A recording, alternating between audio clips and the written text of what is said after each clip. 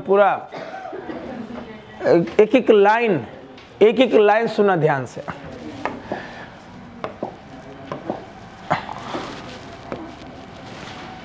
ऐसे शुरू का जो उतना भी है वो आने वाले लेक्चर में काम आएगा, शुरू का स्टडी। और एग्ज़ाम में बेसिकली आपके लिए जो ज़रूरी का चीज़ है वो है Rutherford bore atomic model, absorption और इमिशन स्पेक्ट्रम। बस इस चैप्टर से जो जो ज़रूरी का चीज़ है, लेकिन हम लोग पूरा बेसिक से करेंगे ताकि इस चैप्टर में है ना महा फील आ जाए। फील तो आता ही है। देखिए, डाल्टन थ्योरी से पहले एटम के बारे में, जैसे एक जनरल क्वेश्चन हुआ कि कोई भी मटेरियल किस चीज़ से बना है, जनरल क्वेश्चन सामने आया, कोई भी सब्सटेंस, कोई मटेरियल किस चीज़ से बना है। तो पहले जो ऋषि मुनियों के द्वारा शब्द था, जो उन्होंने अपना बात रखा कि कोई भी मटेरियल, चाहे मेरा शरीर ही क्यों न हो, ये 5 तत्वों से बना है, जिसे हम लोग कहते हैं पंचतंत्र। 5 तत्वों से बना है। ये कोई साइंटिफिक डेफिनेशन नहीं था।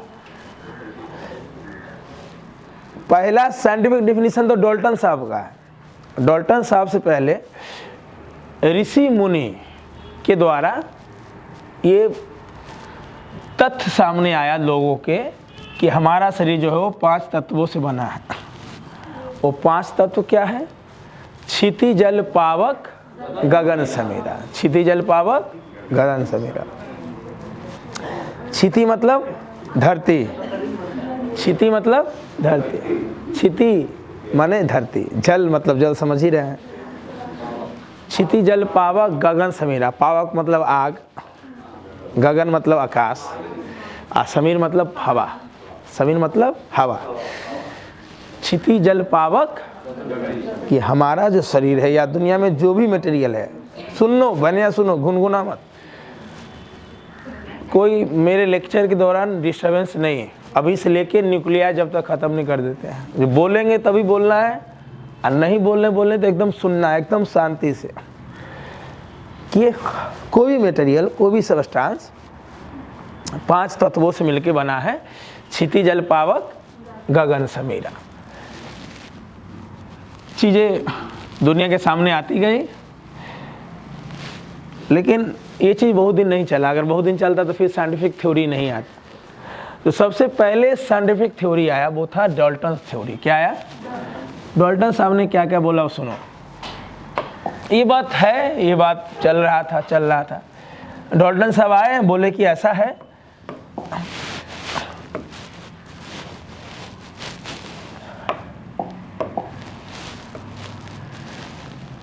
बोले कि कोई भी मटेरियल जो है वो एटम से बना है। सबसे पहले एटम यही बोले थे। सबसे पहले एटम यही बोले थे साइंटिफिकली कि कोई भी मटेरियल एटम से बना है। ठीक। हाँ, उस सब्सटेंस का, उस मटेरियल का जो सबसे स्मॉलेस्ट यूनिट होगा वो एटम होगा।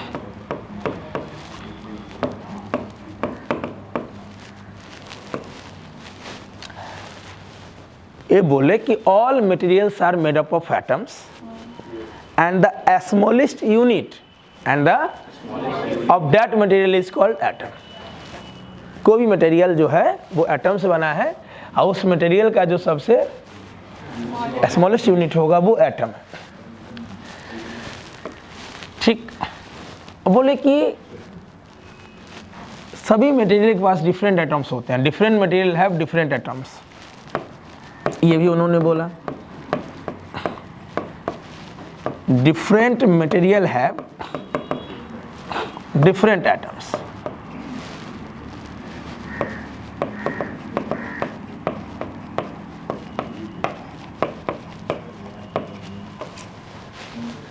ये अपना स्टेटमेंट दुनिया को दिए कि भैया सारे मटेरियल जो है वो एटम से बने हैं, और उस मटेरियल का जो स्मॉलेस्ट यूनिट है वो हमारा एटम है, और different material have different atoms होंगे। ठीक, इतना ही इनका स्टेटमेंट था। बाद में ये चीजें क्यों फेल हुई उसका इंतजार करें। ये चीजें फेल क्यों हुई, reason for failure of Dalton's theory, थोड़ा सा इंतजार करो तो बताया जाएगा क्यों ये फेल हो गया।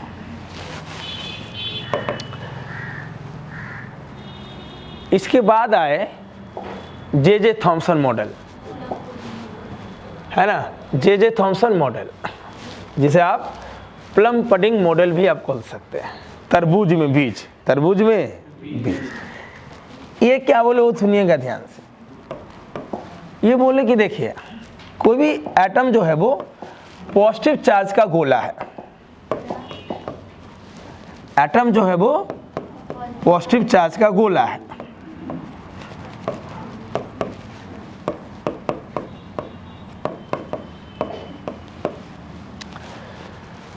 इनका क्या स्टेटमेंट था कि एटम जो है वो पॉजिटिव चार्ज का, ये सब अपना अपना कहानी सुना रहे हैं और कहानी में मजा कहाँ से आएगा, इंतजार करो। क्या बोले J Thomson, an atom is basically the sphere of positive charge, sphere of, और इलेक्ट्रॉन रेंडमली इस प्रकार इसमें बिछे हुए हैं, बिखरे हुए हैं जैसे तरबूज में बीज है।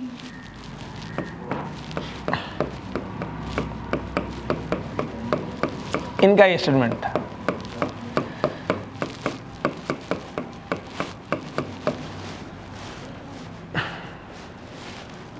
इनका ये स्टेटमेंट था कि एटम जो है वो पॉजिटिव चार्ज का गोला है, पॉजिटिव चार्ज का गोला है, और इलेक्ट्रॉन रेंडमली एम्बेडेड है। You can consider it as a seeds in watermelon, आप इसे कंसीडर कर सकते हैं जैसे तरबूज में बीज होता है, और ये न्यूट्रल होता है, और ये न्यूट्रल होता है। जब ये बोले न्यूट्रल होता है, दुनिया को इनसे बेहतर लगा उनका बात। किनका बात? जे थॉमसन का बात डाल्टन साहब से बेहतर लगा। जैसे मान लो अभी कोई क्लास में कुत्ता घुस गया, सब लोग व्याख्यान दिए अपना अपना, ये वाला बड़ा झमटकर कुत्ता है, झाँव झाँव करता है ना, जरूरत पड़ने पे बिल्ली भी बन जाता है। ये अपना अपना स्टेटमेंट दिया। तो जब तक कोई नहीं बोला इसका स्टेटमेंट अच्छा लग रहा था, फिर आपने कुछ नया तथ्य दे दिया, ये कुत्ता रात 12 बजे होते ही नाचने लगता है। आज जब लोगों ने रात 12 बजे उस पर रिसर्च किया तो वाकई में नाचता था, तो इसका बात और अच्छा लगने लगा, तुम और कुछ बोलने लगा। धीरे धीरे चीजें होती गई, रिसर्च होती गई। डाल्टन साहब बोले थे क्या कि हर मटेरियल जो है वो एटम से बना है, और उस एटम का जो स्मॉलेस्ट यूनिट है वो एटम है, और डिफरेंट मटेरियल्स के पास डिफरेंट एटम। ठीक। जे थॉमसन क्या बोले कि an atom is basically A sphere of positive charge and it is neutral, and it is and electrons are embedded randomly, and electrons are embedded randomly. You can consider it as a seeds in watermelon. आप इसे कैसे consider कर सकते हैं? Watermelon में जो seeds है। अब जब इलेक्ट्रॉन की जानकारी दिए, इलेक्ट्रॉन का खोज यही किए थे 1897 में, तब जाके कोई पूछा, डाल्टन चाचा, हो चाचा क्यों हुआ रे? अरे आप तो इलेक्ट्रॉन के बारे में बताए हुए नहीं किए। इनका दिमाग है सुन हो गया, ये क्या बोल दिया तुम, इलेक्ट्रॉनों होता है। बोला है कि आप तो बोले कि मतलब दुनिया में जो भी मटेरियल है, सुनो बहुत ध्यान से, अभी से लेके न्यूक्लियस तक हर कहानी को सुनाएंगे कैसे कैसे चीजें हुई। ये क्या बोले थे कि जितना भी मटेरियल है वो एटम से बना है, और एटम का, वो मटेरियल का जो सबसे स्मॉलेस्ट यूनिट होगा वो एटम है। और डिफरेंट मटेरियल के पास इलेक्ट्रॉन की कहीं कोई। अब जे थॉमसन बोल दिए कि एटम जो है पॉजिटिव चार्ज का गोला है और ये न्यूट्रल है। उन्हें बात रखा, एटम जो है वो और ये इलेक्ट्रॉन रेंडमली एम्बेडेड है, कोई फिक्स दूरी पे नहीं। जैसे तरबूज में बीज फैला हुआ रहता है वैसे ही फैला हुआ। तो कोई आके क्वेश्चन कर दिया ना भाई, ये बोला कि कुत्ता झमटगर है और कुत्ता पतले दुबले था, बोला कह रहे कैसे बोल दिया तू।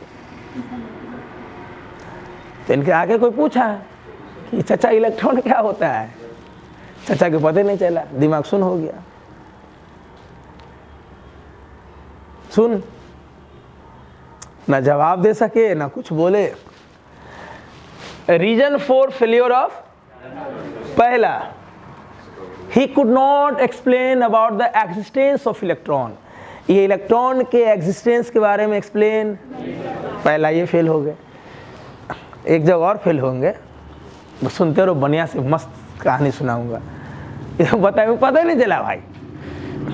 अब कोई ड्रैगन फ्रूट नहीं देख ले, कोई बोलेगा व्हाट इज ड्रैगन फ्रूट, कैसे समझेगा भाई, है कि नहीं? हाँ है ना। ये मान लो विदेश में कोई शरीफा नहीं खेले है इंडिया का, उसको जाके बोलेगा शरीफा खाए हैं, व्हाट इज शरीफा, है कि नहीं? हाँ हमरो मालूम है, कस्टर्ड एप्पल कहा जाता है। ठीक है। आप जे थॉमसन से कोई क्वेश्चन किया, सुनना ध्यान से, ये 1897 की बात है। 1911 में आ गया था रदरफोर्ड अल्फा पार्टिकल स्कैटरिंग, 1911 की बात है। और 1820 के आसपास, 1920, हाँ 1920 के ही आसपास, किसके आसपास? इमिशन और एब्जॉर्प्शन स्पेक्ट्रम के बारे में जानकारी आ गया था, क्योंकि पहले उस समय उतना डिवाइस नहीं था कि हम पकड़ सके कि भैया ये एल्युमिनियम है, ये कैडमियम है, ये निकेल है, ये लोहा है, ये तांबा है। क्लियर? पहले ऐसा कोई, तो 1920 के आसपास ही इमिशन और एब्जॉर्प्शन स्पेक्ट्रम के बारे में जानकारी मिला। वो इमिशन एब्जॉर्प्शन स्पेक्ट्रम क्या, सुनिए, ताकि कहानी में चार चांद आ जाएगा, मजा आ जाएगा, ठंडा उंडा सब भाग जाएगा। मान लो कोई मटेरियल है, एक मटेरियल में बहुत सारे एटम, या डिफरेंट, एक ही मटेरियल है और एक ही मटेरियल के डिफरेंट एटम्स इसमें है, क्योंकि एक मटेरियल में बहुत सारे एटम्स हो सकते हैं। तो मान लो हम एक ही मटेरियल के डिफरेंट एटम्स पे इलेक्ट्रोमैग्नेटिक एनर्जी गिराए, और ऐसा इलेक्ट्रोमैग्नेटिक एनर्जी जिसमें 0 से इन्फिनिटी तक सारे वेवलेंथ मौजूद हो। और तुम लोग का दिमाग सुन होगा कि हम बोल क्या रहे हैं, पता नहीं चला कि इलेक्ट्रोमैग्नेटिक वेव थ्योरी क्यों बोले। परायत ऑप्टिक्स में इलेक्ट्रोमैग्नेटिक स्पेक्ट्रम सीरीज याद है? Radio, micro, infrared, visual region, UV rays, X ray, gamma ray, याद आया? तो हम बोलेंगे लाइट गिरा है, तो लाइट तो इलेक्ट्रोमैग्नेटिक वेव का हिस्सा है जो हमें दिखाई देता है। अगर सिर्फ हम लाइट गिराएंगे एटम पे, लाइट गिराएंगे मटेरियल पे, तो उसमें सारा वेवलेंथ है, उसका वेवलेंथ कहाँ से क्या है? 3800 से 7600, या 4000 से 8000, लगभग 4000 से वायलेट से रेड तक का वेवलेंथ का क्या वेरिएशन है? 3800 से 7600 बोलो, या 4000 से 8000 बोल सकते हो लगभग, है ना? तो अगर मैं बोलूं कि इस पे मैं गिराया लाइट, लाइट भी तो इलेक्ट्रोमैग्नेटिक वेव है, तो क्या उसमें सारे वेवलेंथ मौजूद है? तो एक मटेरियल के डिफरेंट एटम्स पे हमने इलेक्ट्रोमैग्नेटिक वेव एनर्जी गिराया। समझने के लिए तुम लाइट बोल सकते हो, लेकिन लाइट में इसलिए नहीं बोल रहा हूं कि लाइट में सारा वेवलेंथ, सारा फ्रीक्वेंसी उसमें है। तो मैं इलेक्ट्रोमैग्नेटिक वेव एनर्जी गिराया। अब हुआ यूं कि मैं जो मटेरियल पे गिरा रहा हूं एनर्जी, तो मैंने दो प्लेट लिया, एक फोटोग्राफी प्लेट सामने लगाया। फोटोग्राफी प्लेट समझते हो, केमिस्ट्री में सुना होगा, ZNS वाला, जिसपे एनर्जी गिरेगा तो स्पॉट करेगा, चमकेगा, वो भग भग आएगा। एक जगह और की यूज किए थे हम, प्लेन मिरर में, प्लेन में यूज किए थे ना ZNS, केमिस्ट्री में सुना होगा। मैंने एक पर्दा लगाया जिसको फोटोग्राफिक प्लेट कहते हैं। क्या कहते हैं? एक यहाँ लगाया फोटोग्राफिक प्लेट ZNS का, कुछ भी गिरेगा तो स्पॉट करेगा। क्या करेगा वो? एक ऊपर लगाया मान लो, मतलब 2 प्लेस पे लगाया, एक सामने एक ऊपर लगाया, एक ऊपर लगाया एक नीचे लगाया, कहीं भी लगाया। या चलो हम जगह फिक्स कर देते हैं, एक सामने लगाया एक ऊपर लगा दिया।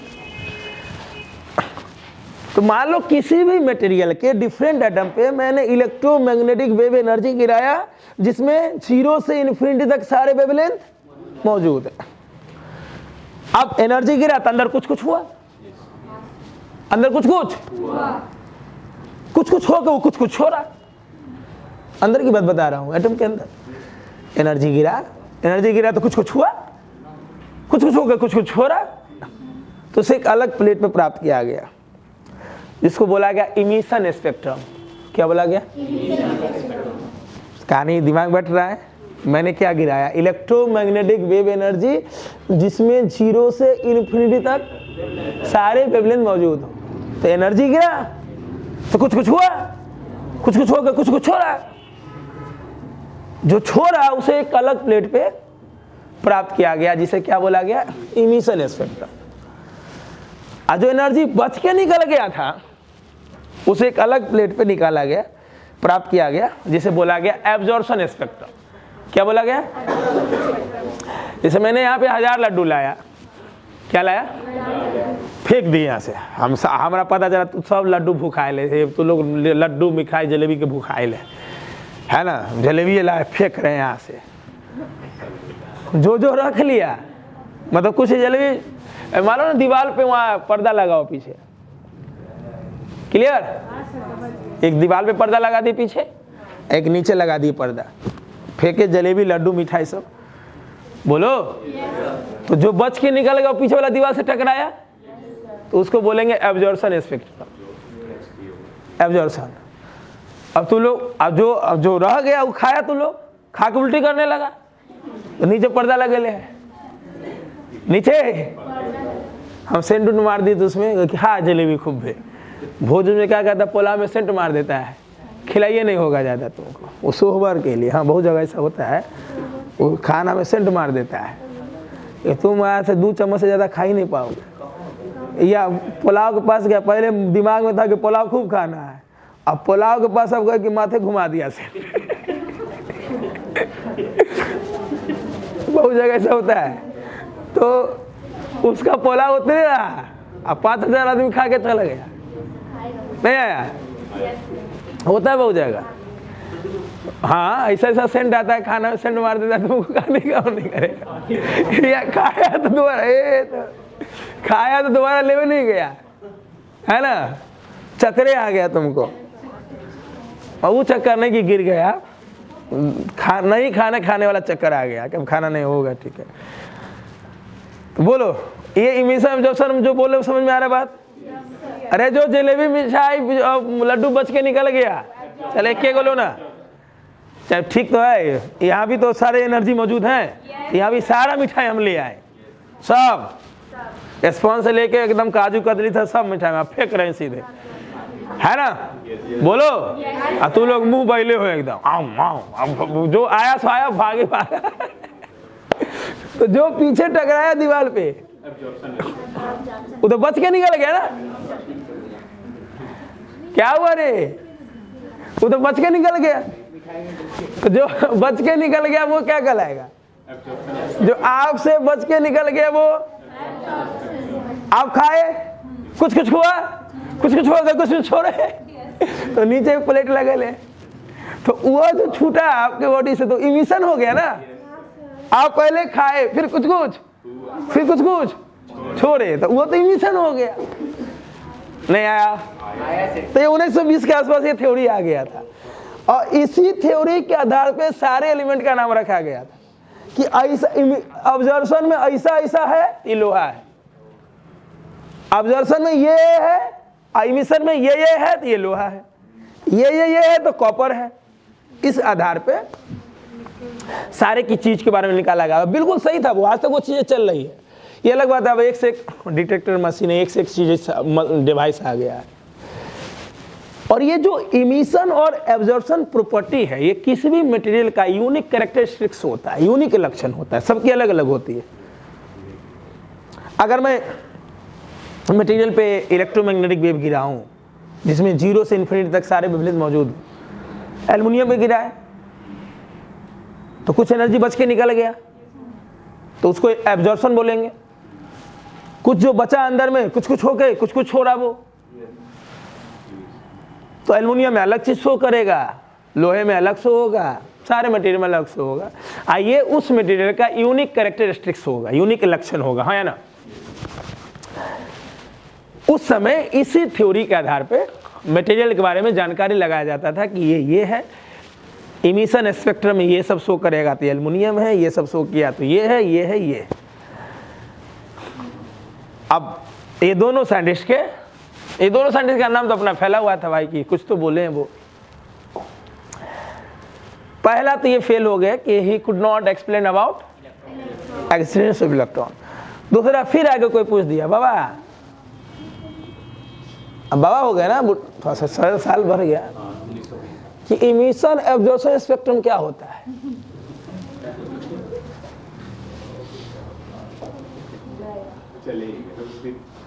बाबा को पता नहीं चला, बोल क्या रहा है, क्या इमिशन तू बोल रहा है?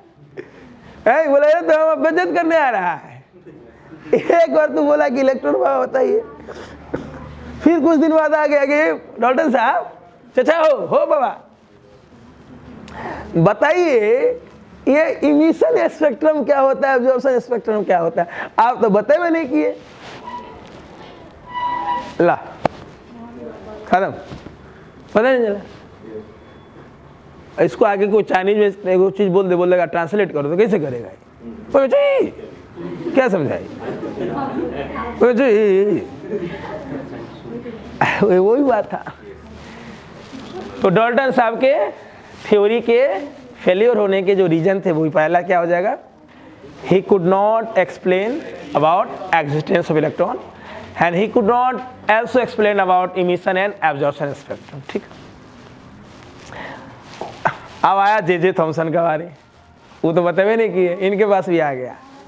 चाचा बात तो सही बोले आप कि ये तो एटम जो है पॉजिटिव चार्ज का गोला है, एटम जो है वो पॉजिटिव चार्ज का गोला है और एटम न्यूट्रल है।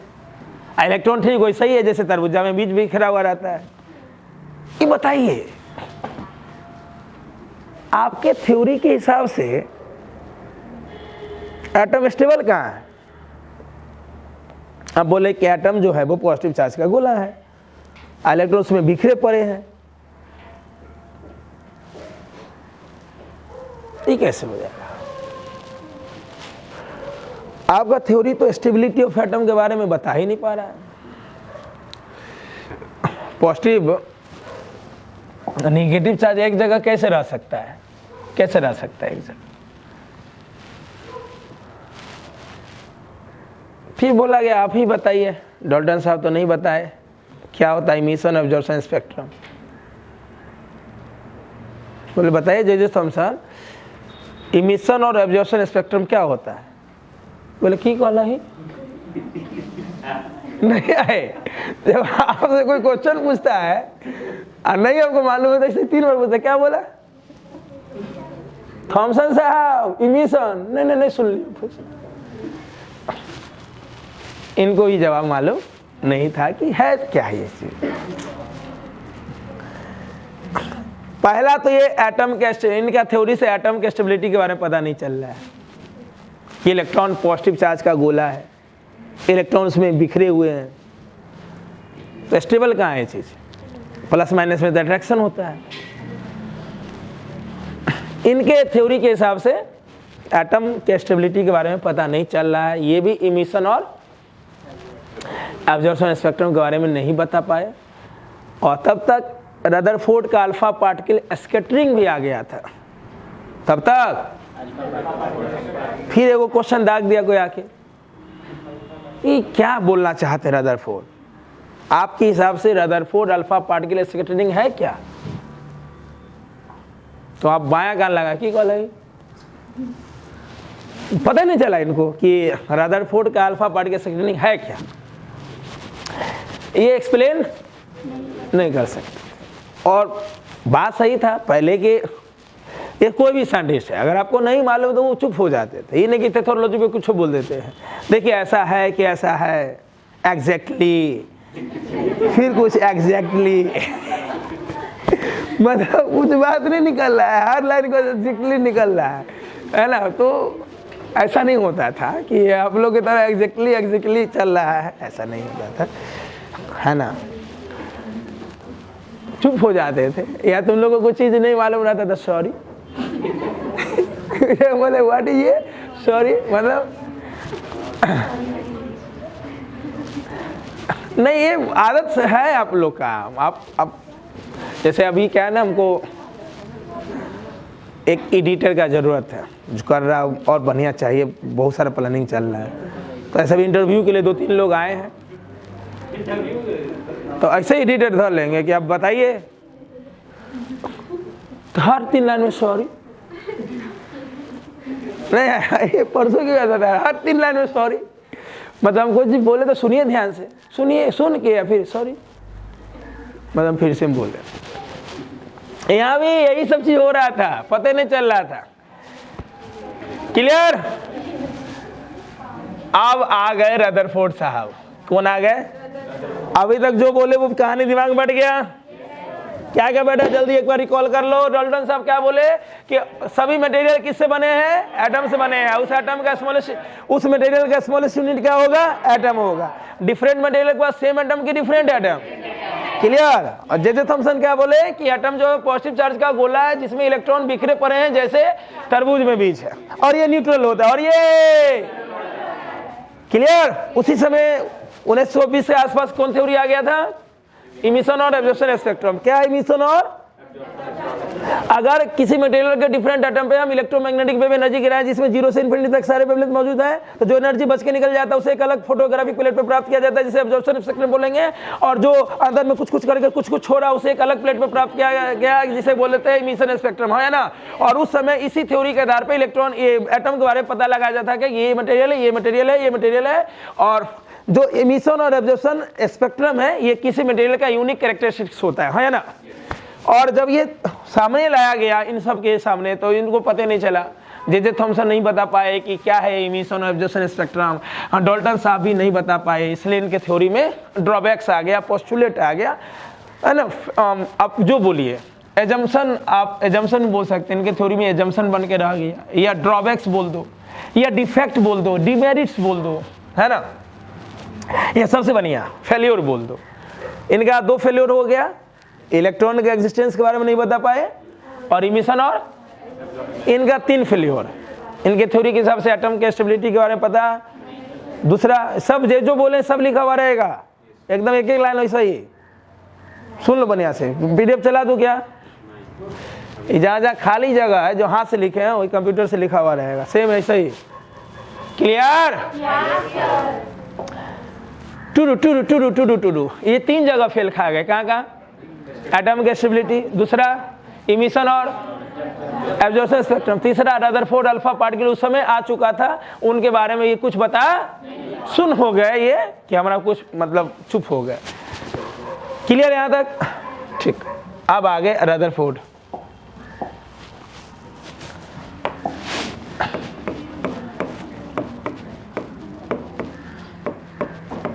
तुम लोगों को ठंडा लग रहा है क्या? पूरा एक्टिव नहीं हो? अब तो गर्मी आ गया होगा यार। लेक्चर जब स्टार्ट हो गया तो अपने आप गर्मी फेंक रहा है, नहीं फेंका गर्मी? अच्छा अभी फेंक देगा और एनर्जी आएगा। अभी और एटॉमिक मेडल तक पहुंचने दो, अब फेंकने लगोगे energy. Rutherford's alpha particle scattering.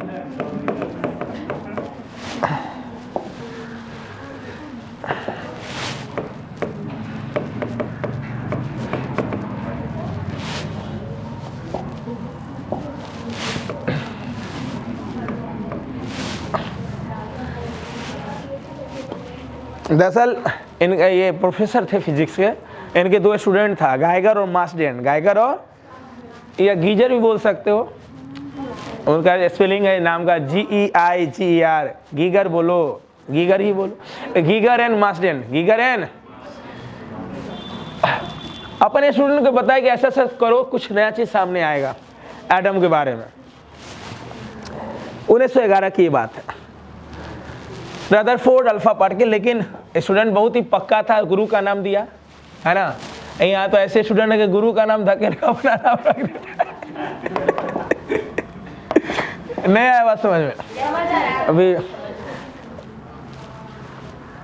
पिछले साल 2022 में मेरे के स्टूडेंट समस्तीपुर में कोचिंग उधर हमको गेस्ट में बुलाया था, लेकिन हम नहीं गए।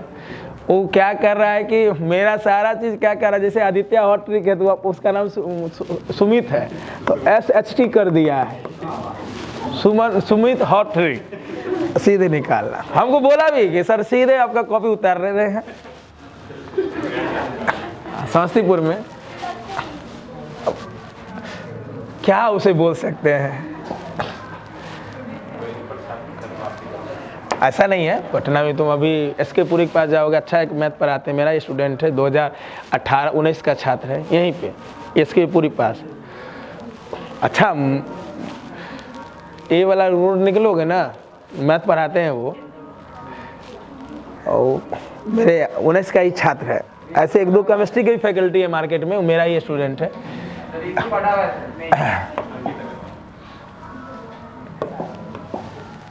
इसलिए आ गए।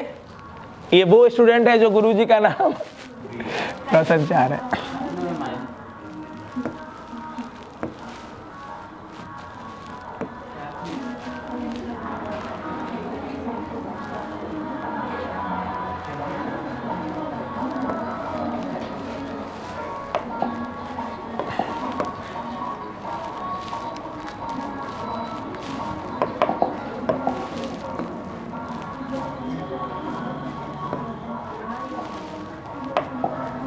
अरे गाना पे ध्यान है तुम लोग को रे।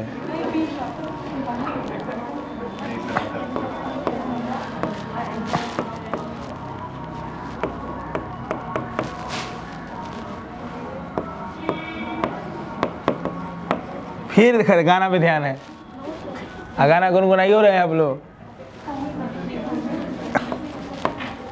सरकार को एक नियम लाना चाहिए कि ऐसा गाना मार्केट में आना चाहिए, कोई गाना नहीं बजाना चाहिए। और आज न कल आएगा कुछ बजा देता है, अपने लवर को धोखा दो, मुझे भी डार्लिंग मौका दो। अरे कौन गाना है भाई रे, ये कौन गाना है?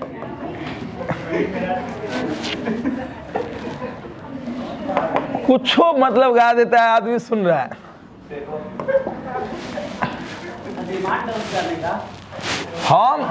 हम तो रास्ता में चलते हैं तो कोई बजेले तो दिमाग में आ जाता है, थोड़ी बैठ के हम सुनते हैं।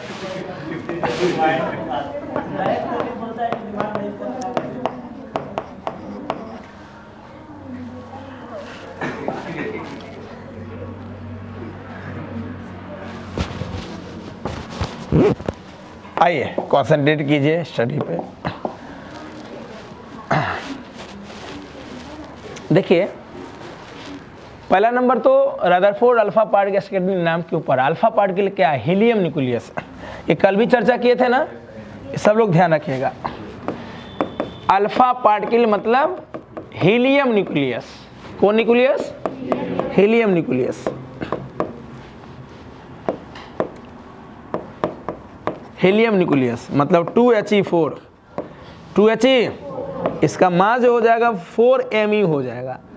और 1Me मतलब एक प्रोटॉन का मास है ना, और इसका चार्ज क्या होता है? 2 यूनिट।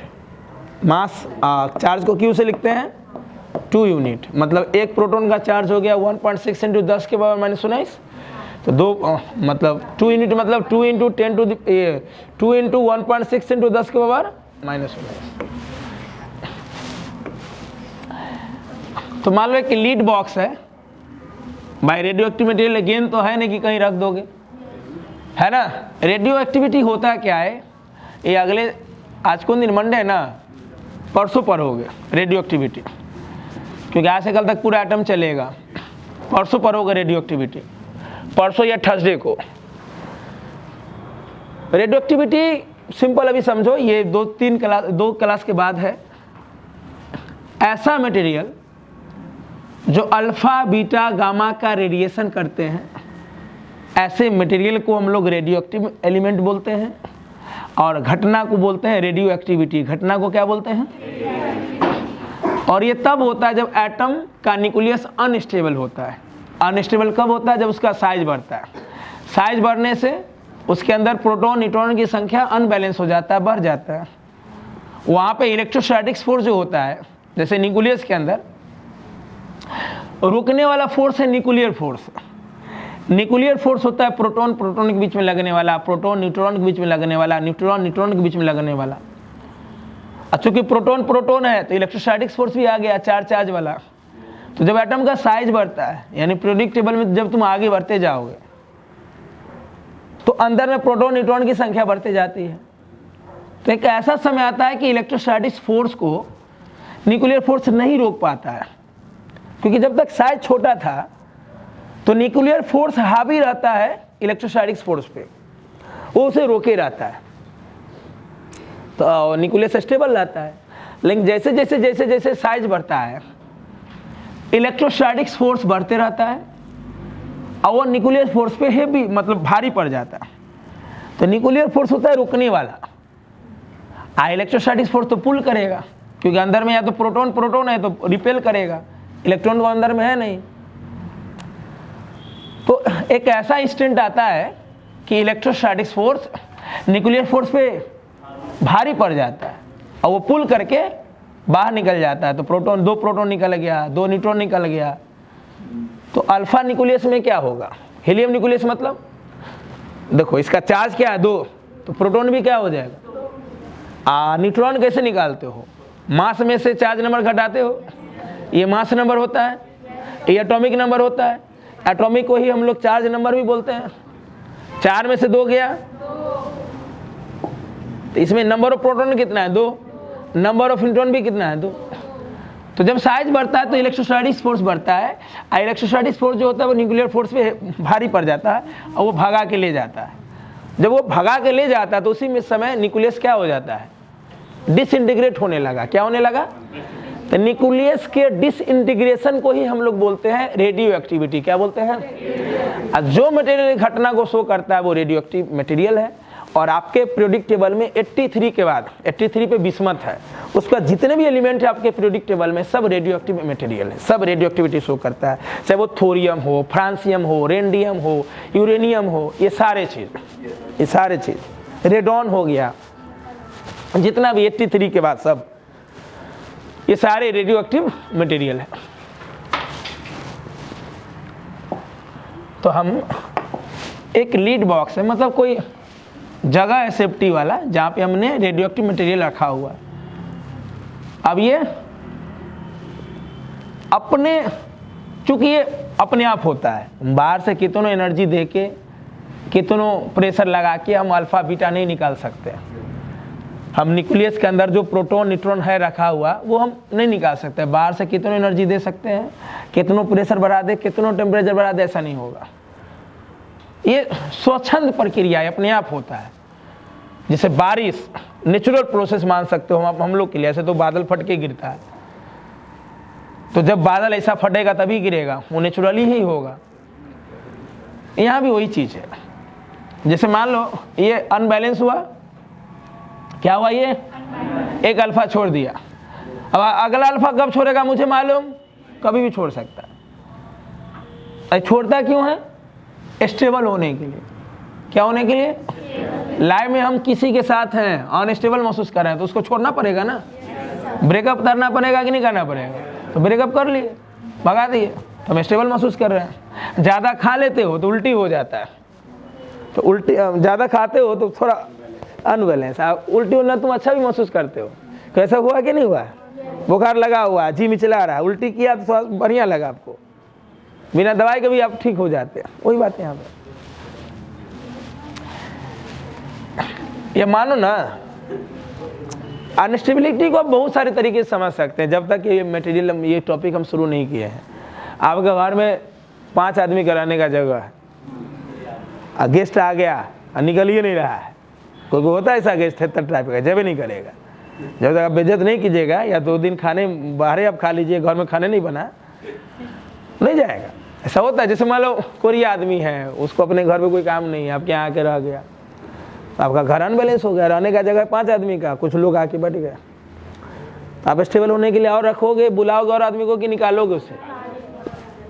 इसलिए निकालोगे कि आप स्टेबिलिटी चाहते हो। तू तो महकाइए देता है यार, यहाँ बात कुछ और बोला, घर बना देगा, घर बनाना है तो एटम बना देगा क्या? अरे तू तो कहाँ पहुँच जाते हो, घर क्या बनाएंगे? हम उसके कारण अनस्टेबल हुए कि घर के कारण अनस्टेबल हुए? हम किसके कारण अनस्टेबल हुए हैं? आदमी कारण ना, तो आदमी को निकालेंगे कि घोड़े बना लेंगे? अजीब बात करते हो तू। ये तो नीतीश चाचा की तरह काम करता है, ये शाम में रहते किसी और पार्टी के साथ मुख्यमंत्री, और सुबह होते होते नया पार्टी के साथ मुख्यमंत्री हो जाते हैं, है ना? आएगा नीट में क्वेश्चन इस बार एक ऑब्जेक्टिव भारत के ऐसे कौन मुख्यमंत्री है ना? After some interval of time ही change the party and becomes new chief minister of that states, हाँ है ना? पहला ऑप्शन रहेगा। तुम लोग न्यूज देखा है कि नहीं रे? चलो, सीखने वाली बात है कि मौका मिलने पे कैसे पार्टी चेंज कर लेना है। ये बिहार का घोर अंधकार है, बस यही जान लो। क्या चलिए, रेडियो एक्टिविटी पे हमको चर्चा नहीं करना चाहिए था, लेकिन तुम लोग को देखते हुए हमको लगता है कि कहीं पहली बार न सुन रहा है, इसलिए थोड़ा सा बता दिया। क्या क्या होता है ये? मूवी का नाम नहीं, हॉलीवुड है कि सोर्स क्या है उसका? मोटिवेशनल है? नहीं, साइंटिफिक है। अच्छा अच्छा, ठीक ठीक ठीक, अच्छा है ना?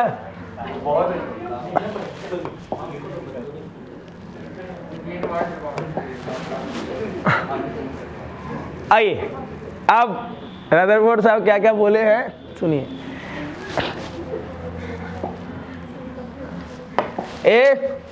ये मटेरियल क्या होता है, क्लियर है? अब यहाँ पे मान लो ना पोलोनियम रख दिए या यूरेनियम रख दिए, कुछ भी है।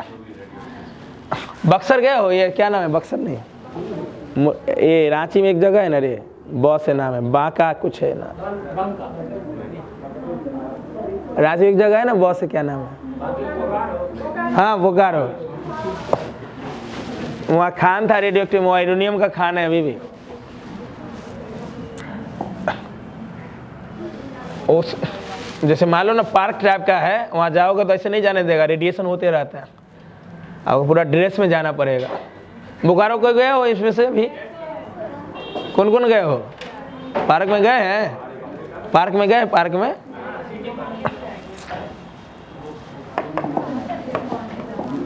चलो रे, अब आ जाओ यहाँ पे। ये तो क्लियर है, और जब परसों पढ़ेंगे रेडियो एक्टिविटी बुधवार को या थर्सडे को, तो और क्लियर होगा कि है क्या वाकई में। लिया गया गोल्ड फॉयल। अब सोचो गोल्ड क्यों लिया गया? पहला क्वेश्चन, गोल्ड क्यों लिया गया था? बताओ, केमिस्ट्री पढ़े हो ना? बताओ, गोल्ड क्यों लिया गया?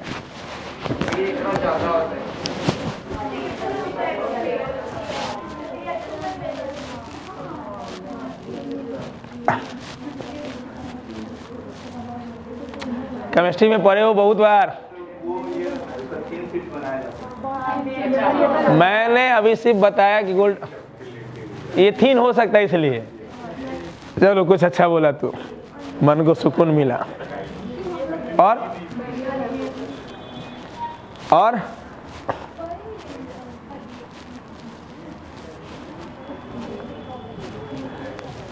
बोलूं मैं?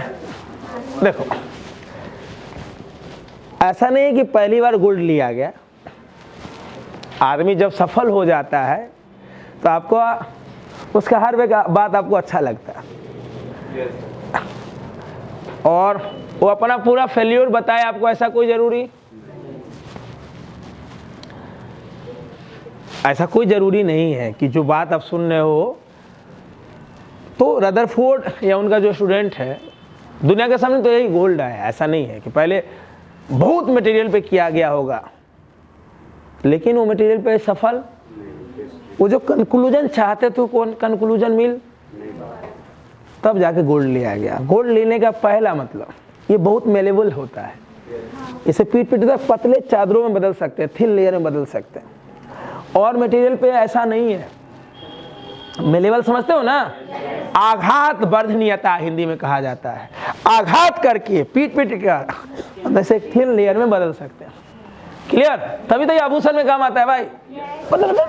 एकदम आराम से, एकदम चैन बनाया जाता है, गले का हार बनाया जाता है, नाक का चूड़ी बनाया जाता है, और नथिया को ही चूड़ी भी कहा जाता है। चूड़ी मतलब यही नहीं, तब ना ऑर्नामेंट्स में काम आता है। ये एकदम पतले पतले पतले, कितना चैन कितना पतला होता है, जितना पतला कहोगे उतना पतला बना देगा वो, है ना, चमकदार। तो पहला रीजन गोल्ड इसलिए लिया गया कि ये मेलेबल है, इसे हम बहुत थिन लेयर में रख सकते हैं। दूसरा, ये चमकदार होता है। अब है कि थिन लेयर क्यों लिया गया। देखो, ये चाहते थे, रदरफोर्ड चाहते थे, वो अपने स्टूडेंट को बोले कि देखो यार, थिन लेयर का मतलब एटम का एक लेयर, थिन लेयर का मतलब एटम का एक लेयर। जैसे अगर 15-20 लेयर एटम का, तो हमें एक ही लेयर चाहिए, इसलिए एकदम थिन होना चाहिए। और इतना थिन और मटेरियल में संभव। जैसे एटम का रेडियस क्या होता है,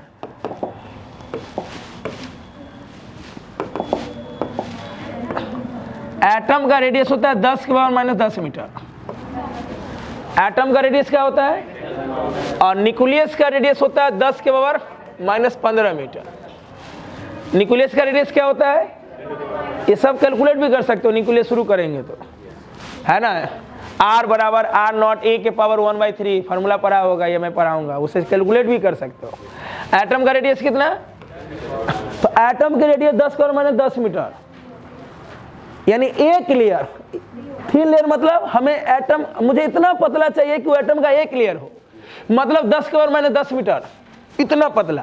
सोचो कितना पतला होगा, एकदम धागे का धागा, कितना धागा कितना लेयर करेंगे, देख पतला। धागा तो वो है नहीं, गोल्ड को उसको पतला किया जा सकता है, लेकिन गोल्ड में हम बहुत सारे पतले लेयर बना सकते हैं। तो थिन लेयर मतलब एटम का एक लेयर। थिन लेयर का मतलब एटम का एक लेयर, यानी इसका जो थिकनेस होगा वो 10 के पावर -10 मीटर होगा, क्योंकि एटम का रेडियस क्या है। ऐसे कोई बुक लिख देता है 10 के पावर -6, कोई बुक लिख देगा 10 के पावर -8, लेकिन जितने भी बुक है वो एक ही चीज से आया है। विदेशी आय की बुक है आर्थर बीजर का, मॉडर्न फिजिक्स में सारे कैलकुलेशन किए गए हैं। जो चीज है, हर एक चीज का प्रूफ उसमें किया गया है, हर एक चीज का प्रूफ है। भले वो प्रूफ आपको नहीं पढ़ना है और आपके इंडियन बुक में मिलेगा वो नहीं, चाहे वो किसी भी राइटर का हो, और सारे बुक में वो सारे पॉइंट वहां से लिया गया आर्थर बीजर से। और लेके पढ़ना मत, कुछ ना बुझाएगा, है ना। 5 से 6 बार स्टडी किए थे तब सारा चीज मुझे दिमाग में आया था कि क्या है। पहले तो तुमको लैंग्वेज नहीं बुझाएगा, विदेशी लैंग्वेज, फिर उसको इंडियन में कन्वर्ट करो, अच्छे से समझो, बुद्धि लगा के।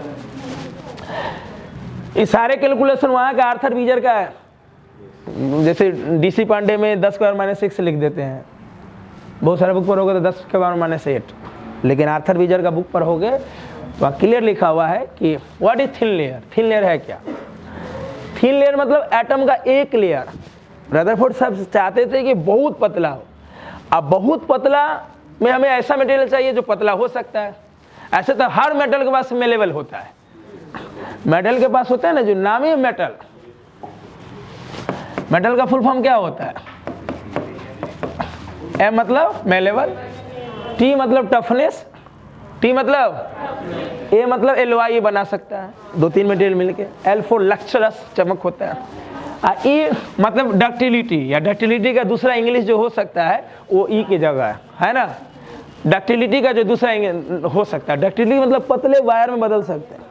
तन्यता, जो मेटल होते हैं, धातु होते हैं, वो आघात वर्धनीयता, यानी आघात सह के, आघात पतले चादरों में बदल सकता है। तंबाकू हम खींच सकते हैं पतले रेशा में, तो वो डक्टिलिटी होता है, टफनेस होता है। ये लाइव बना सकते हैं 2 मटेरियल को मिला के और उसे नया नाम दे दीजिए। कैसे आपका जो होता है ब्रास, हिंदी में पीतल बोलते हो, पीतल किसका एलॉय है? पीतल में कौन कौन है? कॉपर और जिंक। ब्रॉन्ज, ब्रॉन्ज में क्या होता है? कॉपर और टीन, कॉपर और टीन, जिसको हिंदी में बोलते हो कांसा, है ना। चलिए, तो ये सारा चीज तो सामने आ ही गया था कि भाई थिन लेयर मतलब एटम का एक लेयर ले, बहुत पतला लेयर चाहते थे वो थिन लेयर। थिन लेयर का क्या होगा थिकनेस? एटम का रेडियस क्या होता है? 10⁻⁻10 मीटर। तो इसका थिकनेस क्या हो जाएगा? 10⁻⁻10 मीटर। ठीक। अब क्या हुआ कि भैया यहाँ तो अल्फा बीटा गामा निकल रहा है, ये तो रेडियो एक्टिव मटेरियल है, ये अपने अनस्टेबल होने के कारण ये एनर्जी उत्सर्जित करता है। क्या करता है? एनर्जी उत्सर्जित करता है।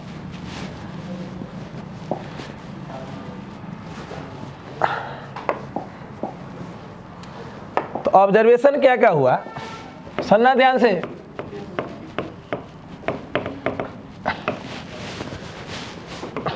कि मान लो 10,000 अल्फा पार्टिकल निकला, अल्फा रे बोल सकते हो, अल्फा पार्टिकल बोल सकते हो, अल्फा पार्टिकल का स्ट्रीम बोल सकते हो।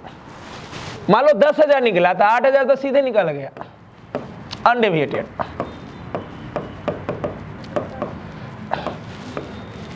ये वैल्यू बस एक सोर्स है। कोई बुक में 1000 पे समझा देगा कि 1000 अल्फा रे गिरा तो 800 सीधे निकल गया, है ना। तो मैं 10,000 लेके समझा रहा हूँ क्योंकि आर्थर बीजर बोला बुक में अच्छा कैलकुलेशन किया हुआ। खैर इन नंबर पे ध्यान मत देना, तुम्हें ऑब्जर्वेशन पे ध्यान देना है कि ये तो रेडिएशन कर रहा है अल्फा बीटा गामा का। बोलो, हमको सिर्फ अल्फा पे ध्यान देना है। अल्फा मटेरियल का सोर्स है ये। ऐसे रेडियो एक्टिव मटेरियल गामा भी रेडिएट करता है, बीटा भी करता है। मुझे किस पे ध्यान है? अल्फा पे ध्यान। तो 10,000 अल्फा रे में कितना निकल गया? अनडिवाइडेड निकल गया। 1500 स्मॉल एंगल पे डिविएट हुआ। सुनना ध्यान से, 1500 500 लार्ज एंगल पे डिविएट हुआ।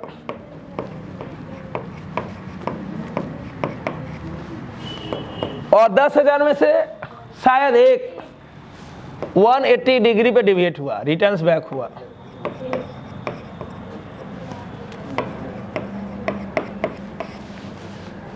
ये ऑब्जर्वेशन था, ये एक्सपेरिमेंट हो गया, ये ऑब्जर्वेशन निकल के सामने आया।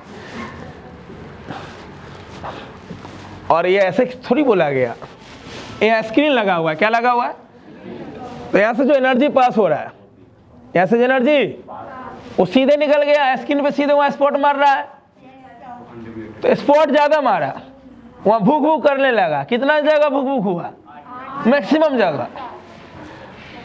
15 से स्मॉल एंगल पे डिविएट हो गया। स्मॉल एंगल क्या हो गया? 30 डिग्री, 45 डिग्री, 60 डिग्री। बोलो, 500 120 पे 150 पे जाने लगा। बोलो, और शायद एक वापस। ये हमारा ऑब्जर्वेशन था। देखिए ना, इनमें भी गड़बड़ी आएगा, बस सुनते रहो सुनते रहो सुनते रहो। तो कंक्लूजन क्या दिए? ये हमारा क्या था? ऑब्जर्वेशन। कंक्लूजन क्या है? सामने ध्यान से सुनो।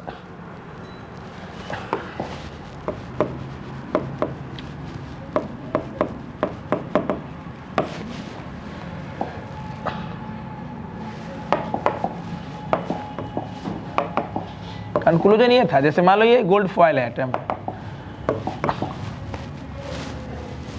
ये अल्फा पार्टिकल का सोर्स है। तो मैक्सिमम अल्फा रे सीधे निकल गया। बोलो, कुछ स्मॉल एंगल पे डिविएट हुए। बोलना, कुछ स्मॉल एंगल पे डिविएट हुए।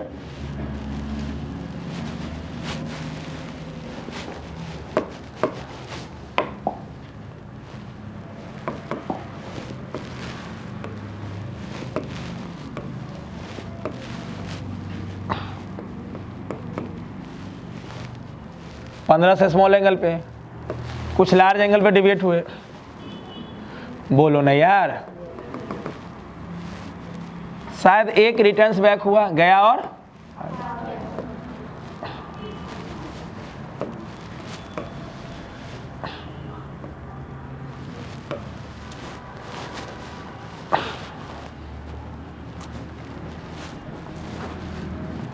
मेन फोकस इस बात पे किया गया,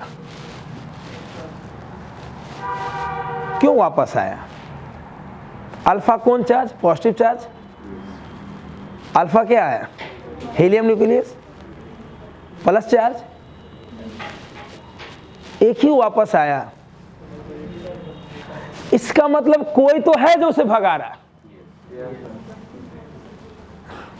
इस सारा चीज तो ये कि 8000 सीधे निकल गया, मतलब एटम का मोस्ट ऑफ द पार्ट खाली। अब मोस्ट ऑफ द पार्ट खाली तो सीधे निकल गया। पहला से तो एकदम क्लियर कैलकुलेशन यही है कि एटम का most of the part empty है, जहां से अल्फा रे अनडिविटेड निकल गया। क्लियर? अब मैक्सिमम अनडिविटेड निकल गया, कुछ स्मॉल एंगल पे गया, कुछ लार्ज एंगल पे गया। सारा कंक्लूजन चौथा से आधारित होगा। मेन ये कंक्लूजन था। वापस गया क्यों? इसका मतलब है कि अल्फा पार्टिकल तो प्लस चार्ज है, अल्फा पार्टिकल तो रिटर्न्स बैक हुआ तो जरूर कोई ना कोई ऐसा ही फोर्स लगाया होगा रिपेल करने वाला। इसका मतलब है कि एटम के बहुत से छोटे जगह में, बहुत छोटे जगह में एटम का पूरा मास कॉन्सेंट्रेट है और पॉजिटिव चार्ज है, वहां पॉजिटिव चार्ज है। एटम क्या पूरा मास एक बहुत ही छोटे जगह में कॉन्सेंट्रेटेड है, जहां कौन चार्ज है? Positive charge. तभी तो वापस आया, क्योंकि जरूर यहां पॉजिटिव चार्ज होगा। पॉजिटिव पॉजिटिव को क्या किया होगा? रिपेल किया होगा। वो बहुत बड़े जगह में कि बहुत छोटे जगह में? बहुत छोटे जगह। उसका नाम उस समय सेंट्रल पार्ट दिया गया था। क्या नाम दिया गया था? बाद में न्यूक्लियस नाम दिया गया। बाद में क्या नाम दिया गया? कि जरूर एटम के बहुत छोटे से जगह में सब कुछ है, क्योंकि यहां से तो क्लियर हो रहा है कि मोस्ट ऑफ द पार्ट खाली है। मोस्ट ऑफ द पार्ट तो लोग सपोर्ट नहीं कर रहा यार। मोस्ट ऑफ द पार्ट और सारा मास कहां? एक छोटे से जगह में, बहुत छोटे से जगह में, बहुत छोटे से जगह में। और उस छोटे जगह पे क्या चार्ज है? ये कंक्लूजन आया सामने कि most of the part empty है और the total mass can be concentrated at very small place inside the atom which contains positive charge, which contains। अब इसको ऐसे समझो ना, मैं अपनी कहानी से इसको समझाता हूं क्योंकि बहुत खुलने वाला है। अगर ये सारा चीज समझ में आ गया तो डिस्टेंस ऑफ क्लोजेस्ट अप्रोच समझ में आएगा, फिर एनर्जी कैलकुलेशन समझाएंगे, रेडियस कैलकुलेशन समझाएंगे, बहुत सारा चीज आने वाला है। रोक नहीं पाओगे मुझे, बहुत ज्यादा एनर्जी चाहिए। कल वाला में तो बवाल एनर्जी मुझे चाहिए समझाने के लिए, बवाल सपोर्ट चाहिए। एकदम पागल हो जाऊंगा मैं कल, तुम्हें भी पागल हो जाना है बहुत ज्यादा। केमिस्ट्री का पूरा एक एक लाइन दिमाग में। अब क्या हुआ कि क्या हुआ भाई, चीजें सामने तो आ गई, कंक्लूजन सामने आ गया यार। बहुत छोटे जगह में है, बहुत छोटे जगह में है पॉजिटिव चार्ज ही होगा, वापस भी आ रहा है। तो इसको ऐसे समझो कि मान लो लखन के घर में चोरी हुआ। सुनना ध्यान से, केकर घर में? गांव में हल्ला हुआ है लखना के घर में चोर है, चोर है, चोर है, चोर है, चोर। गांव में कितना आदमी था? 10,000 आदमी था। गांव घर में ऐसा होता था, अब ना पुलिस है, ये है, वो है। पहले आदमी भाला वाला लेके दौड़ता था सीधे पूरा गांव दौड़ा। लखना का घर में से आदमी क्या, अब दौरा आया लखना घर में, 8,000 सीधे निकल गया दरवाजा उड़ा तोड़ते हुए। पहले थोड़ी दरवाजा फट्टा उठा कर आता था। 10,000 आदमी खाली भाला ले है, चोर का है कोई मतलब, खाली दौड़ रहा है भीड़ में, पकड़ रहे मार रहे फाड़ रहे। 10,000 में 8,000 तो सीधे निकल गया। बेचारे का नुकसान है, एक तो पहले चोर चुरा लिया, दरवाजा तोड़ते हुए निकल गया। 1500 आदमी जो है ना, अब कोई भाला वाला लेके दौड़, तो सीधे दौड़ने पे ध्यान है उसको। गया चौकी से टकरा के नहीं भाग गया, चौकी की रखल था, नहीं आया, टकरा के पलट सकता है ना कोई, और अलमारी था घर में, कोई यहीं से पलट गया। इसमें से वो गोधन था, क्या था, गांव में एक आदमी का नाम था गोधन। गोधना गया न, कुछों से टकराया, घर में कुछों से टकराया, अनहरिया था वहां पे, जहां टकराया ना वहां अनहरिया था, कुछ चोरों से टकरा गया। वो कम्बल लेके बैठा हुआ था अनहरिया में, इसलिए नहीं भागा कि उसको लगा कि हम पकड़ा जाएंगे। सुनना, ध्यान सुनना, नहीं आया। 10,000 में 8,000 तो सीधे निकल गया। 1500 चौकी से टकरा तो उन्हें चल गया। 500 अलमारी यार से कुछ दल दल से टकराया। गोधना जो है चोरवे से टकरा गया, नहीं आया। आज जब टकराया तो कमल हट गया, देखा कोकर भाई है। सुनना ध्यान से,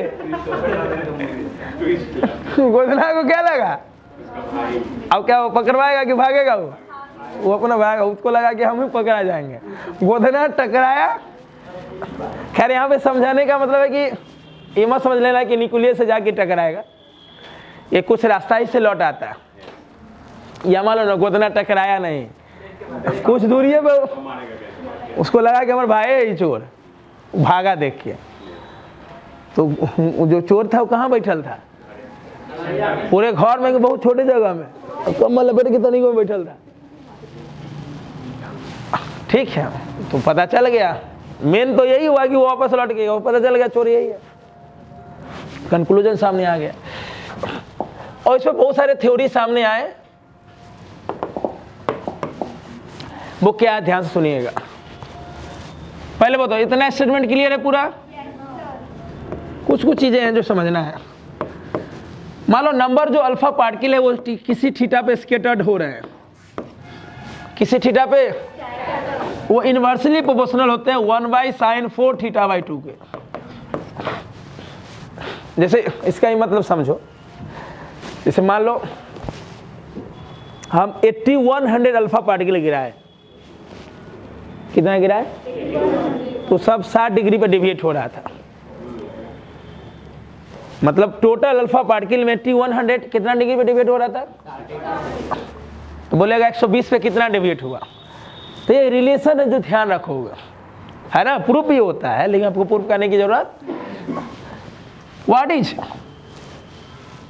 N theta, number of scattered alpha particle inversely proportional होते हैं 1/sin4। इसे क्वेश्चन बनेगा कि इतना पार्टिकल्स गिरा तो इतना एंगल से डिविएट हुआ। अरे 10,000 में 8,000 निकल गए ना सीधे, 15 से स्मॉल एंगल में, 5 से लार्ज एंगल पर ये वो वापस आ गया। तो ये कितना नंबर गिरा, कितना से वो डिविएट हुआ। और ये n जो है वो z² के भी प्रोपोर्शनल होता है। किसके प्रोपोर्शनल होगा, z² के भी प्रोपोर्शनल होगा। z क्या हो जाएगा, एटॉमिक नंबर। कितना मतलब जो अल्फा पार्टिकल हम गिराए, समझने के लिए ना गोल्ड लिए हैं। क्वेश्चन में गोल्ड दे ऐसा कोई जरूरी, क्वेश्चन में तो कोई और भी दे सकता है, ठीक है। खैर z² वाला नहीं पूछता है, आपके सिलेबस में ये ज़्यादा पूछेगा। कितना मतलब बोलेगा कि टोटल में इतना अल्फा इतना एंगल पे डिविएट किया, बोलो तो इतना कितना पे करेगा, तो क्या करेंगे, n1/n2, n1 इसका क्या हो जाएगा, इनवर्सली है ना, तो sin4 θ/2 साइन 4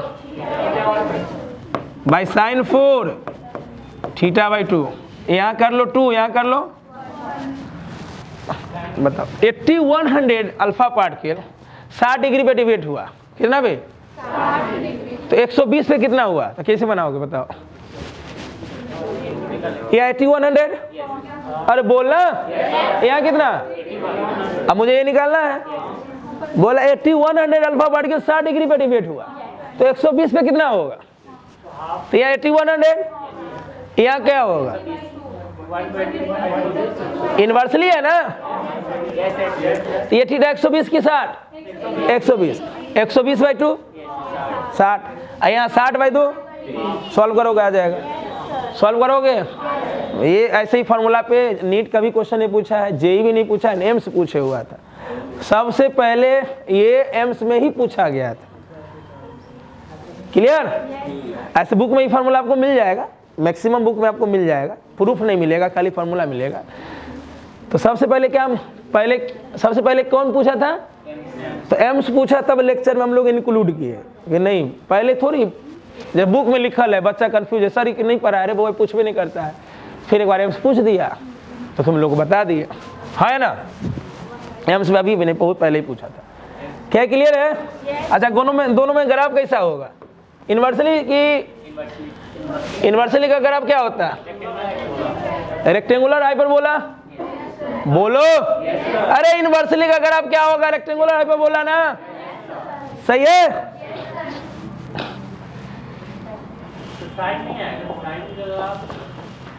कोई भी इन्वर्सली हो, इन्वर्सली साइन अकॉस देख के होता है, इन्वर्सली होता है। देखो ये डायग्राम ये है, यहाँ लीड कैविटी है, लीड बॉक्स है, यहाँ अल्फा मटेरियल है, सॉरी रेडियो एक्टिव मटेरियल है, या ना? आई सब ये कॉलीमेटर का मतलब होता है अल्फा को स्ट्रेट रखने के लिए। क्या रखने के लिए?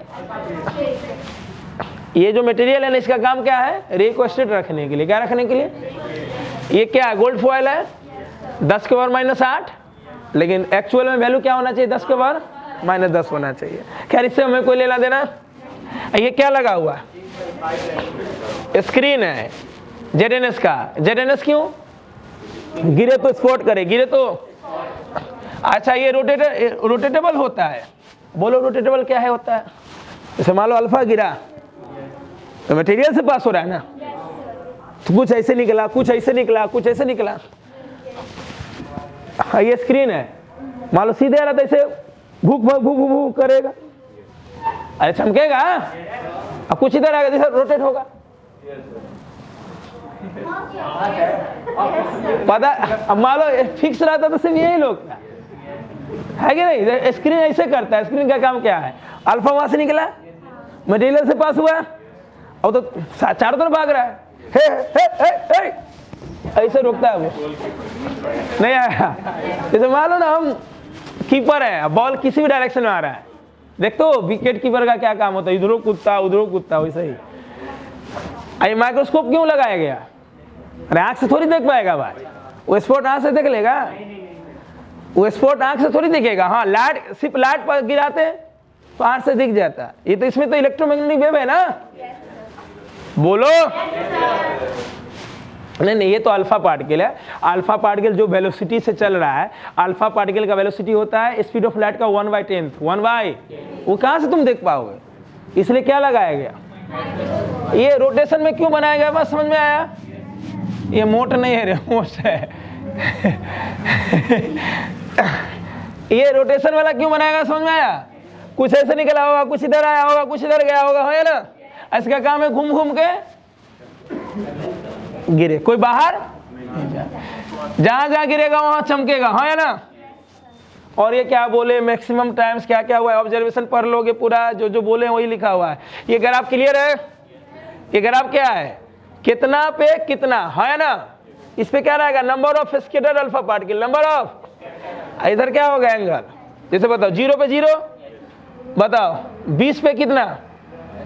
20 डिग्री पे इतना, 40 डिग्री पे, 60 डिग्री पे, 100 पे। क्लियर? अरे ऐसे समझो ना। 180 पे कितना है? एंगल जितना ज्यादा स्कैटर्ड पार्टिकल उतना सिंपल है। 10,000 में 8,000 सीधे निकल गया। ठीक, 1500 स्मॉल एंगल पे, 500 और 10,000 में एक 180 पे, तो 180 सबसे ज्यादा एंगल हो गया। तो एंगल ज्यादा, एंगल स्कैटर्ड पार्टिकल कम, एंगल ज्यादा तो स्कैटर्ड पार्टिकल, एंगल कम तो स्कैटर्ड पार्टिकल। इसलिए तो फॉर्मूला बना n प्रोपोर्शनल 1/sin4θ/2, है ना।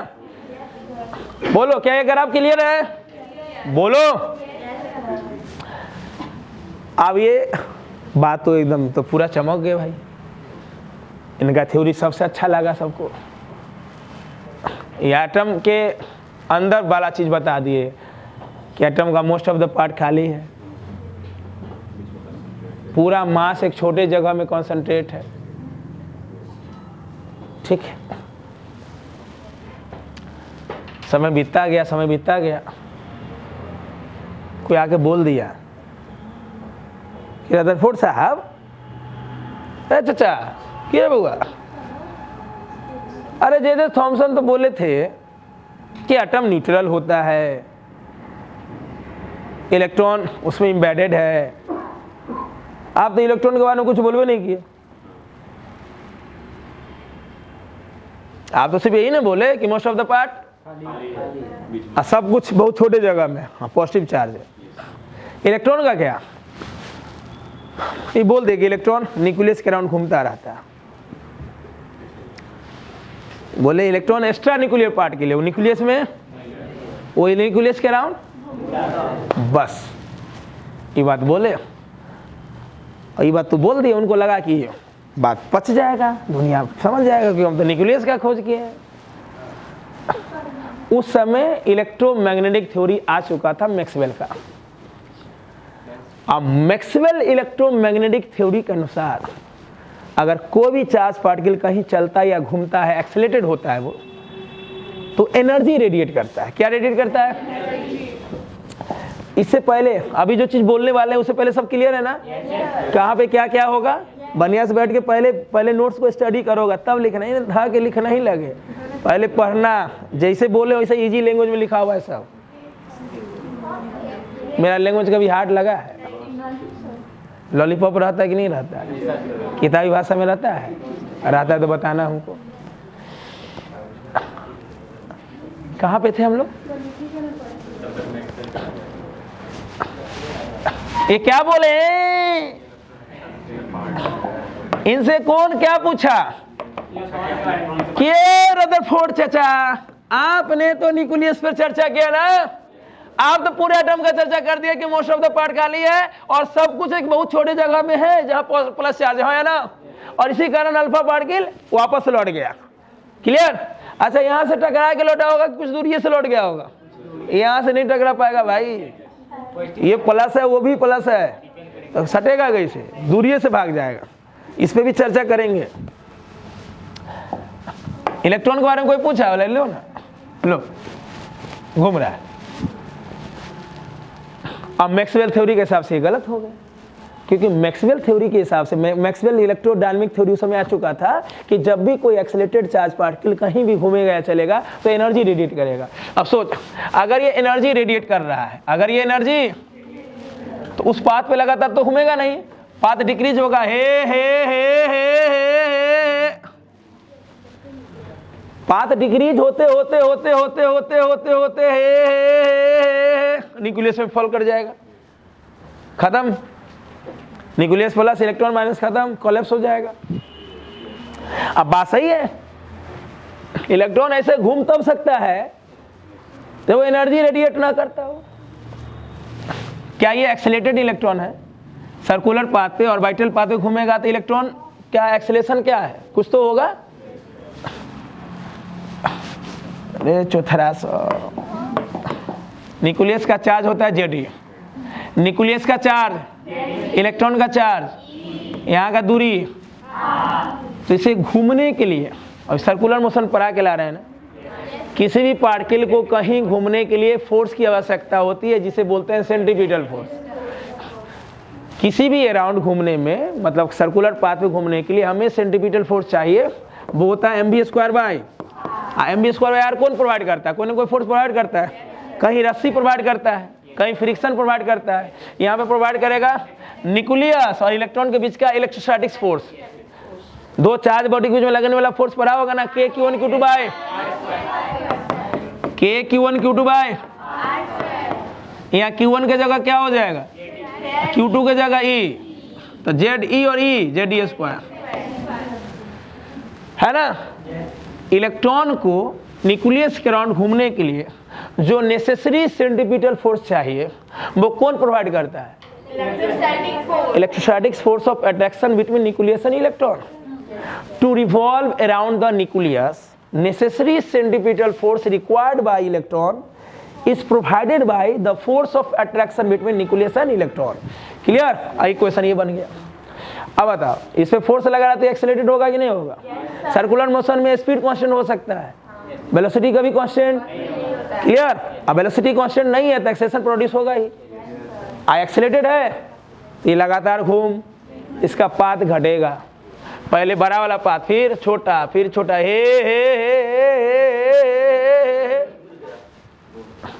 सिंपल बोले। कोई आगे बोल दिया, वो पूछ के गया कि चाचा इलेक्ट्रॉन तो घूम रहा है, दूसरा आ गया है, चाचा आप तो बोल दिए कि घूम रहा है, लेकिन इलेक्ट्रोडायनेमिक थ्योरी के अनुसार इलेक्ट्रॉन तो एक्सेलरेटेड है। अगर एक्सेलरेटेड है तो एनर्जी रेडिएट करेगा, एनर्जी रेडिएट करेगा तो लगातार उस पाथ पे कैसे घूमेगा? वो तो पाथ डिक्रीज करते करते करते करते करते न्यूक्लियस में फॉल कर जाएगा। तो आपका तो थ्योरी खत्म हो गया, आप तो गलत बोल दिए, या आपका बात एग्जिस्ट नहीं करता है। उनको भी पता नहीं चला, इमिशन विशन इनको पता भी नहीं चला था, इमिशन के बारे में इनको भी पता नहीं चला था। तो ये कहाँ का फेल खा गया? पहला, ये भी एटम के स्टेबिलिटी के बारे में कहाँ बोल पाया? He could not explain about the stability of atom। इनके थ्योरी के तरह से एटम स्टेबल है क्या?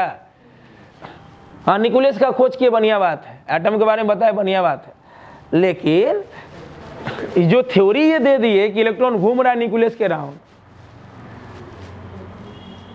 बोले कि भैया इलेक्ट्रॉन को घूमने के लिए जितना फोर्स चाहिए वो प्रोवाइड कौन कर रहा है?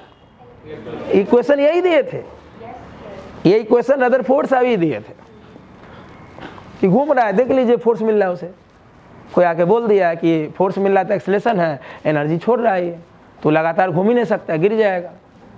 तो इनके थ्योरी के साथ एटम स्टेबल नहीं है।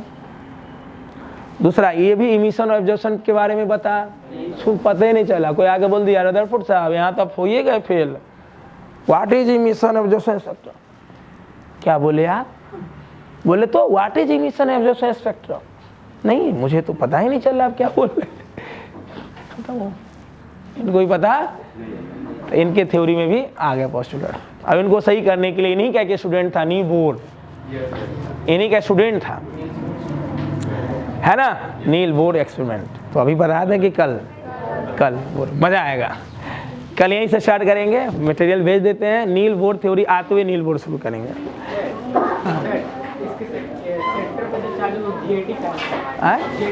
चार्ज का नाम दोगे ना, जेड हो गया, जेड हो गया उस एटम का एटॉमिक नंबर, न्यूक्लियस ई हो गया प्रोटॉन का चार्ज, ई जो वहाँ पे चार्ज प्रेजेंट है, क्योंकि न्यूट्रॉन तो अनचार्ज है। क्लियर? कैसा लगा रे सेशन? आई लग रहा था कि फिजिक्स पढ़ा रहे हैं, अरे फुल केमिस्ट्री पढ़ा रहे हैं। सेम चीज केमिस्ट्री में पढ़े हो, अंतर महसूस किया? कल पढ़ाएंगे तब और पूरा के लगा खाली है।